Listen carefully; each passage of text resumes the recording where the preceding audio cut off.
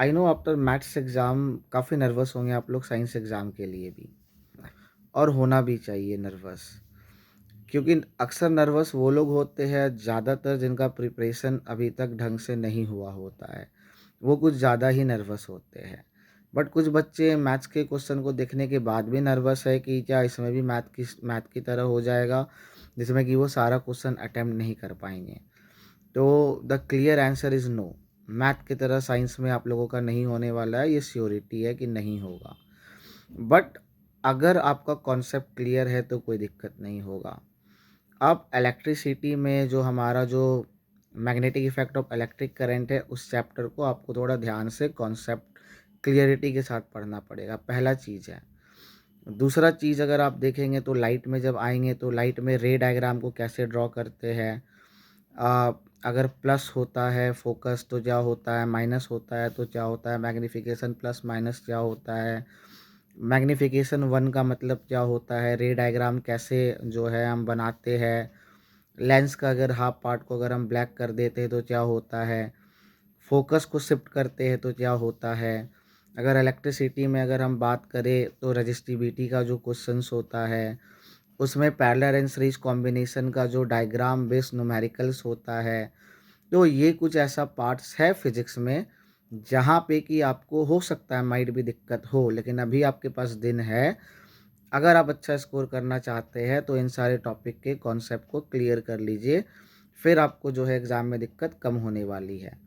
और अगर हम केमिस्ट्री का बात करें तो ज़ाहिर-सी बात है जो सबसे ज़्यादा दिक्कत देने वाला चैप्टर होगा आप लोगों को, वो कार्बन एंड इस कंपाउंड होगा।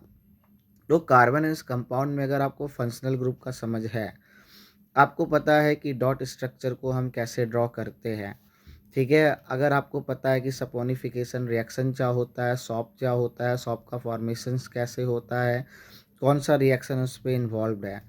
आपको ethanol and ethanoic acid and उससे रिलेटेड अगर आपको कन्वर्जन्स पता है, अगर आप उसको अच्छे से समझ गए हैं, अगर उसको एक्स, वाई करके भी दे दिया जाए, तो आप बना लेंगे। अगर आपको एडिशन एंड सब्स्टिट्यूशन रिएक्शन का समझ है, ज्ञान है, अच्छे तरीके से आप समझ गए हैं, आपके दिमाग में है, तो फिर जो है आपको कार्बन एंड इस कंपाउंड में बहुत ज़्यादा टेंशन लेने की ज़रूरत नहीं है, आप सारे ही क्वेश्चन को अटेम्प्ट कर लेंगे।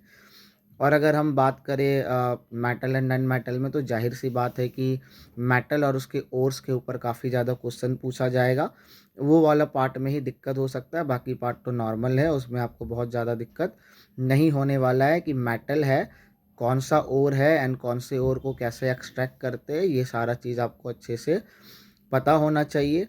सेकंड पार्ट में अगर आप एसिड बेस एंड सॉल्ट पे आ रहे हैं, तो आपको इंडिकेटर्स का समझ अच्छे तरीके से होना चाहिए। उसके बारे में प्रैक्टिस अच्छे से होना चाहिए एंड फिर एसिड बेस एंड सॉल्ट में वाटर ऑफ क्रिस्टलाइजेशन से क्वेश्चन आपका पॉसिबिलिटीज़ है कि पूछा जाएगा। उसी तरीके से अगर आप एसिड बेस एंड सॉल्ट में आएँगे तो वहाँ पे बेकिंग सोडा, वॉशिंग सोडा इन सारे का फॉर्मेशन है, इन सारे का यूजेस है, फिर जो है सोडा गैस एक्सटिंग्विशर है, इससे रिलेटेड क्वेश्चंस है, ठीक है? फिर आप जो है ग्लूकोज़ इलेक्ट्रिसिटी कंडक्ट करती है कि नहीं करती है, और नहीं करती है तो क्यों नहीं करती है? तो इन्हीं सारी चीज़ों से जो है क्वेश्चंस आप लोगों का आने वाला है, जिसमें कि आपको दिक्कत हो सकता है, अगर कॉन्सेप्ट क्लियरिटी नहीं है तो। हालाँकि बाकी पार्ट से भी आएगा, बट ये ऐसा पार्ट्स है जहाँ पे कि कॉन्सेप्ट क्लियरिटी नहीं होगा तो आप फँस जाएँगे। और बाकी आपको इक्वेशंस के ऊपर ध्यान देना पड़ेगा, जो चैप्टर 1 है एनसीईआरटी एक्टिविटी में। In and about 15 to 16 I guess जो है टोटल वहाँ पे इक्वेशंस है। अगर वो इक्वेशंस आपकी क्लियर है, उसको एक्स, वाई, ज़ेड किसी भी तरह से वहाँ पे क्वेश्चन बना दिया जाए, गैस के प्रॉपर्टीज़ को अगर आपको समझ है, तो आप यकीन मानिए कि आपको साइंस में कोई दिक्कत नहीं होने वाला है, अगर इन पार्ट का कॉन्सेप्ट क्लियर है तो। आई होप ये वीडियो आप लोगों के लिए हेल्पफुल होगी और ये सारे हिस्से को, ये सारे पार्ट को आप लोग कवर करके ही एग्ज़ाम में एंटर करेंगे। बाकी बेस्ट ऑफ लक आप लोगों को एग्ज़ाम के लिए।